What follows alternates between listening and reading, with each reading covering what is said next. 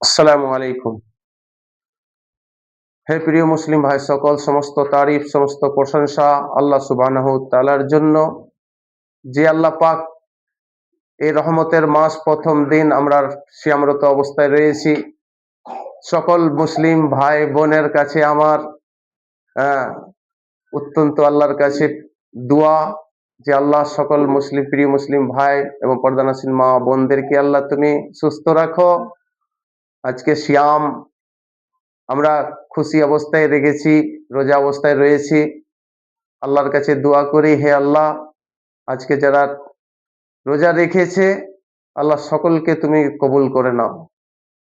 আল্লাহ পাক বলছেন, বুনিয়াল ইসলাম আলা খামসিন আনতা শাহাদু আল্লাহ ইলাহা ইল্লাল্লাহ কামুস সালাত ইতাইজ যাকাত ওয়া সাওমে রমজান। ইসলামের পাঁচটা স্তম্ভ,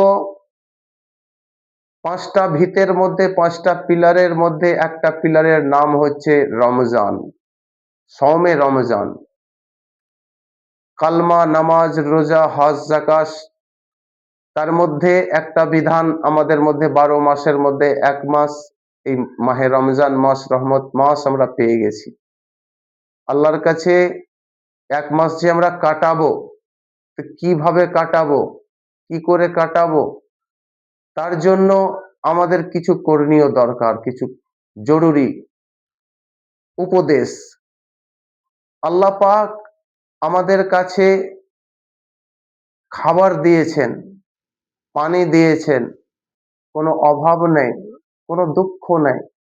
তারপরেও মুমিনরা আল্লাহকে রাজি করার জন্য, আল্লাহকে খুশি করার জন্য, আল্লাহর খুশির উদ্দেশ্যে মুমিনরা, বান্দাবান্দিরা তারা রোজা করে।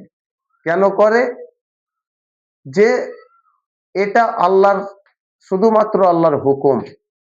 আল্লাহ সুবহানাহু তাআলা বলেছেন যে, হে মুমিনেরা, তোমরা যদি রোজা করো, তোমাদের রোজার অবস্থায় তোমাদের মুখ থেকে যে দুর্গন্ধ, যেটা গ্যাস পাকস্থলীর ভিতর থেকে আসে, হয়তো দুনিয়ার মানুষের কাছে এটা অত্যন্ত খারাপ, দুর্গন্ধযুক্ত, কিন্তু আল্লাহ রাব্বুল আলামিন বলছেন, একজন সিয়াম পালনকারী, একজন সাওম পালনকারী, একজন রোজাদার ব্যক্তি, সে যদি ইচ্ছা করে তার মুখ থেকে গ্যাস, যে দুর্গন্ধ পাকস্থলীর ভিতর থেকে বেরিয়ে আসে, এটা আল্লাহ সুবহানাহু তাআলার কাছে পৃথিবীর হাজার মূল্য, যে সেন্ট, যে খুশবু, যে আতর, তার চাইতে আল্লাহ পাক বলছেন যে দুনিয়ার মধ্যে অসংখ্য মূল্যর যদি খুশবু হয়, তার চাইতেও অমূল্য খুশবু আমার কাছে ওই রোজেদার ব্যক্তির পাকস্থলীর ভিতর থেকে যে দুর্গন্ধ গ্যাসটা বেরিয়ে আসে। কেন? যে সে রোজা থাকা অবস্থায় পানিকে, পানি ছিল তার সামনে, সে পানি পান করেনি।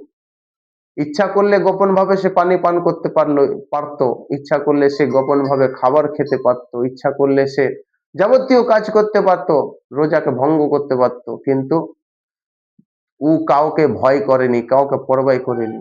মুমিন শুধুমাত্র ভেবেছে যে একমাত্র আল্লাহ সুবহানাহু তাআলাকে রাজির উদ্দেশ্যে রোজা।